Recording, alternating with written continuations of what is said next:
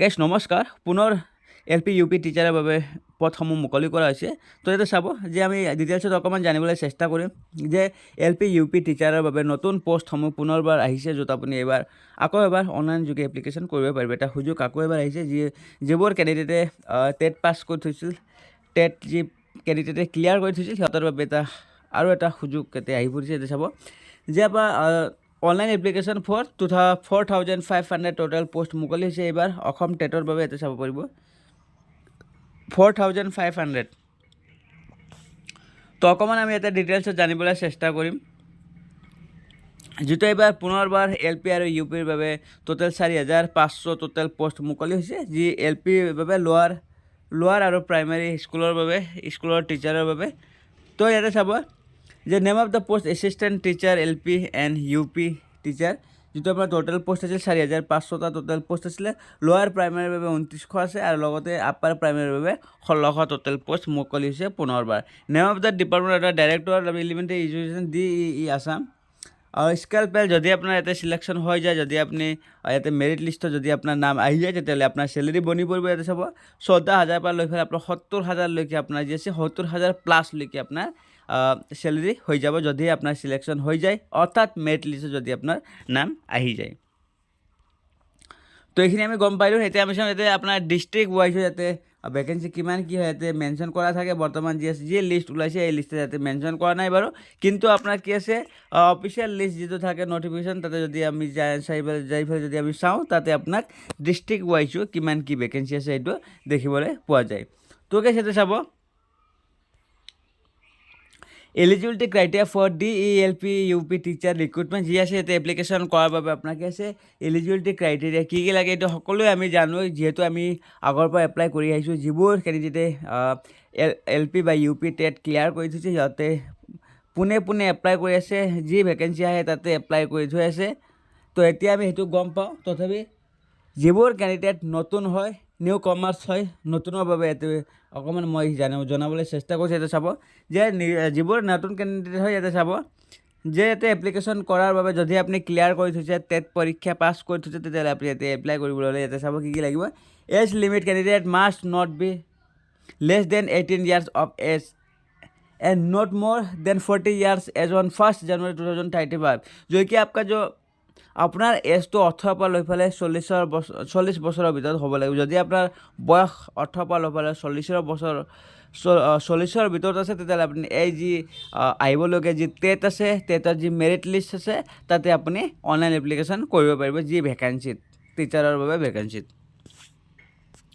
আৰু নেক্সট যাতে আমি দেখিবলৈ পাওঁ এজ লিমিট আপোনাৰ লাগিব। এজ লিমিটটো আমি ইয়াতে কৈ দিলোঁ, এজ লিমিটটো এইটো লাগিব, ঠিক আছে। এজ ৰিলেক্সেশ্যনৰ ইয়াতে আমি গম পাই যাওঁ কি আছে, কেনেকুৱা কি হয় এজ ৰিলেক্সেশ্যন। আপুনি এই যি টিচাৰৰ পোষ্টটো আপুনি দেখিবলৈ পাব, যিটো আপুনি এক্স ছাৰ্ভিচমেনৰ বাবে 2 বছৰ পাব, আৰু যদি আপুনি OBC MOBC হয়, তেতিয়াহ'লে আপুনি 3 বছৰ পাব। যদি আপুনি SC ST পেন হেজ বা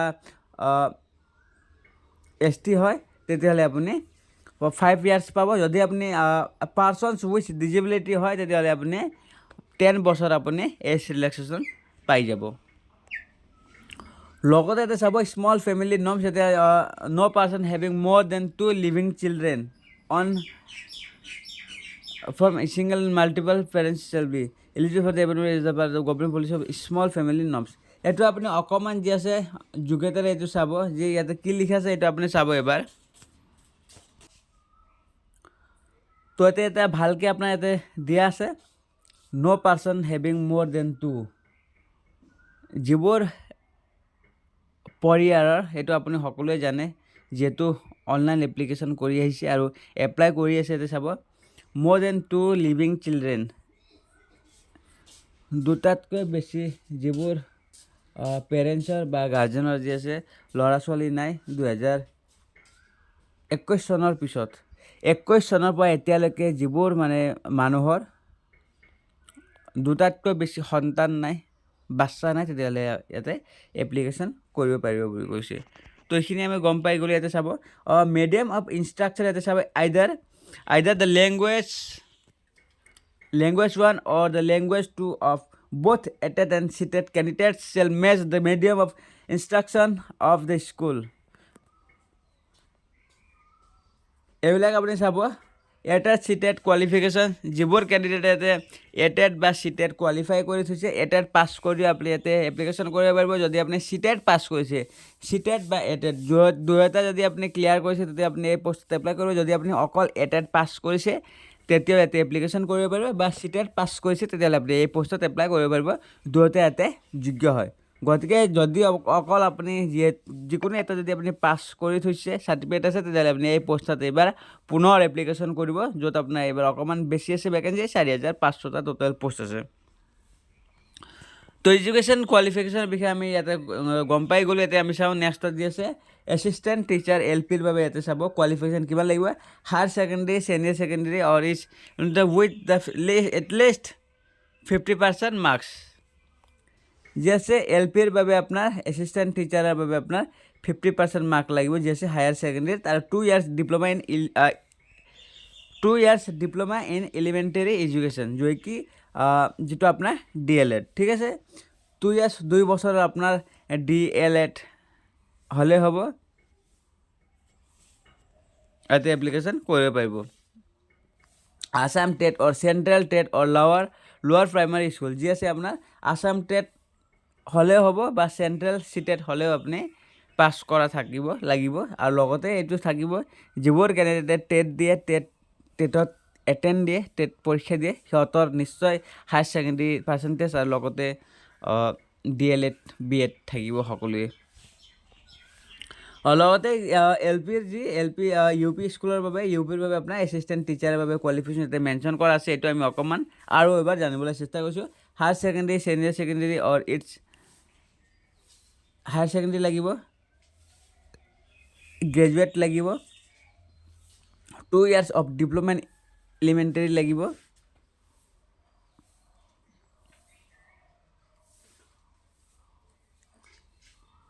লগতে BEdও লাগিব, BEd লাগিব, আছাম টেটৰ চেণ্ট্ৰেল টেট কোৱালিফাই লাগিব। তো এইখিনি আমি ইয়াতে গম পাই গ'লোঁ। দুয়োটাতে যদি আপুনি LPটো এপ্লাই কৰে হ'লেও আপোনাৰ LPটো আপোনাৰ হায়াৰ ছেকেণ্ডেৰীত লাগিব 50%ৰ ওপৰত, আৰু টেট পাছ লাগিব, আৰু লগতে DLED লাগিব। আৰু লগতে আপুনি UPত এপ্লাই কৰে BEd লাগিব, গ্ৰেজুৱেট লাগিব, আৰু হায়াৰ ছেকেণ্ডেৰী 50%, লগতে টেট কোৱালিফাই কৰা হ'ব লাগিব। এইখিনি আমি গম পাই গ'লোঁ। ছায়েন্স টিচাৰ এইবিলাক ছেম হয়, যি আছে যিবোৰ বৰ্তমান যি ভেকেঞ্চি ওলাইছে অকল যি আছে যিবোৰ কেণ্ডিডেটে টেট কোৱালিফাই কৰিছে সিহঁতৰ বাবে ভেকেঞ্চি ওলাইছে। গতিকে সকলোৰে যি আছে যোগ্যতা ছেম লাগিব। যদি আপুনি UPত এপ্লাই কৰে গ্ৰেজুৱেট লাগিব, যদি আপুনি LPত কৰে হায়াৰ ছেকেণ্ডেৰী পাছ হ'লে আপুনি এই পষ্টত এপ্লাই কৰিব পাৰিব। তো এইখিনি আছিলে। এতিয়া চাব অকণমান আমি হিন্দী টিচাৰো আছে, হিন্দী টিচাৰ এতিয়া ছেম আছে, হিন্দী টিচাৰ ইয়াতে ছেম প্ৰচেছ আছে।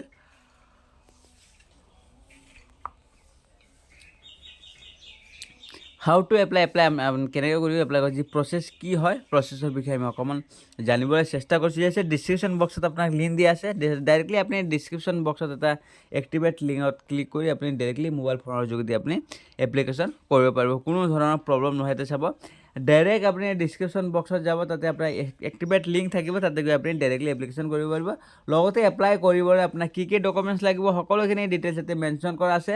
সকলো আপুনি ৰেডি কৰি আপুনি এপ্লিকেশ্যন কৰিব পাৰিব। যি আছে পাছপৰ্ট চাইজ ফটোগ্ৰাফ লাগিব, SSLC মেট্ৰিক এডমিট কাৰ্ড লাগিব, মেট্ৰিক আপোনাৰ মাৰ্কশ্বিট আৰু পাছ চাৰ্টিফিকেট লাগিব, গ্ৰেজুৱেশ্যনৰ মাৰ্কশ্বিট এণ্ড চাৰ্টিফিকেট। যিবোৰ কেণ্ডিডেটে UPত এপ্লাই কৰে UPৰ বাবে তেতিয়াহ'লে গ্ৰেজুৱেট মাৰ্কশ্বিট আৰু চাৰ্টিফিকেট লাগিব। আৰু ইয়াতে চাব আদাৰ মাৰ্কশ্বিট, আদাৰ মাৰ্কশ্বিটো আপোনাৰ লগত বিচৰা হৈছে। যদি হায়াৰ ছেকেণ্ডেৰী আছে সেইটো দিব, DLEDৰ দিব, DLEDৰ আপোনাৰ DLED বা BEdৰ মাৰ্কশ্বিট দিব এতে, আৰু কাষ্ট চাৰ্টিফিকেট দিব আপুনি, আৰু যি আছে পাৰ্মানেণ্ট ৰেচিডেণ্ট অফ আছাম যি আছে PRC যদি আপোনাৰ লগত আছে সেইটো আপুনি ইয়াতে মেনশ্যন কৰাই দিব, এটেচ কৰাই যাব।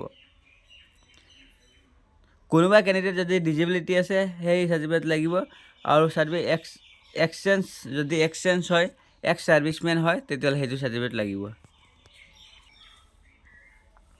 স্কেন ছিগনেচাৰ লাগিব। তো এইখিনি আছিল। ষ্টাৰ্টিং ডেট আপোনাৰ 8 মাৰ্চ যি আছে 8 তাৰিখৰ পৰা ষ্টাৰ্ট হৈ গৈছে, 8 তাৰিখৰ পৰা ষ্টাৰ্ট হৈ গৈছিল। আৰু লগতে last date of submission of online application 8 April. সময় বহুত কম আছে, যদি আপুনি এতিয়ালৈকে এপ্লাই কৰে। মই অকণমান লেটকৈ ভিডিঅ' বনাইছোঁ, কাৰণ যিবোৰ কেণ্ডিডেটে অলৰেডি এপ্লাই কৰিছে, মই আগতে এপ্লাই কৰিছোঁ, আপলোড কৰিছোঁ এটা ভিডিঅ'। যদিহে এতিয়ালৈকে এপ্লাই কৰা নাই, কোনোবা কেণ্ডিডেট থাকি যায় বা গম নাপায়, সেনেকুৱা আছে কিছুমান যে গম নাপায়, সেইকাৰণে আকৌ এবাৰ পুনৰ ভিডিঅ' বনাইছোঁ আপোনালোকৰ বাবে, যে যিবোৰ কেণ্ডিডেটে বৰ্তমানলৈও যদি লাষ্ট ডেটৰ আগেও যদি এতিয়ালৈকে গম পোৱা নাই, তে সিহঁতৰ বাবে এইটো ভিডিঅ' হয়। সোনকালে যাওক, মোৰ ডিছক্ৰিপশ্যন বক্সত যাই পেলাই আপুনি এটা ক্লিকৰ ভিতৰতে নিজৰ মোবাইল ফোনৰ যোগেদি এপ্লিকেশ্যন কৰিব পাৰিব। তো গাইছ এইখিনি আছে। যদি আপুনি এই চেনেলত প্ৰথমবাৰ আহিছে, চেনেলটি ছাবস্ক্ৰাইব কৰি থ'ব, লগতে বন্ধুবৰ্গলৈ আপুনি শ্বেয়াৰ কৰিবলৈ নাপাহৰিব। ধন্যবাদ।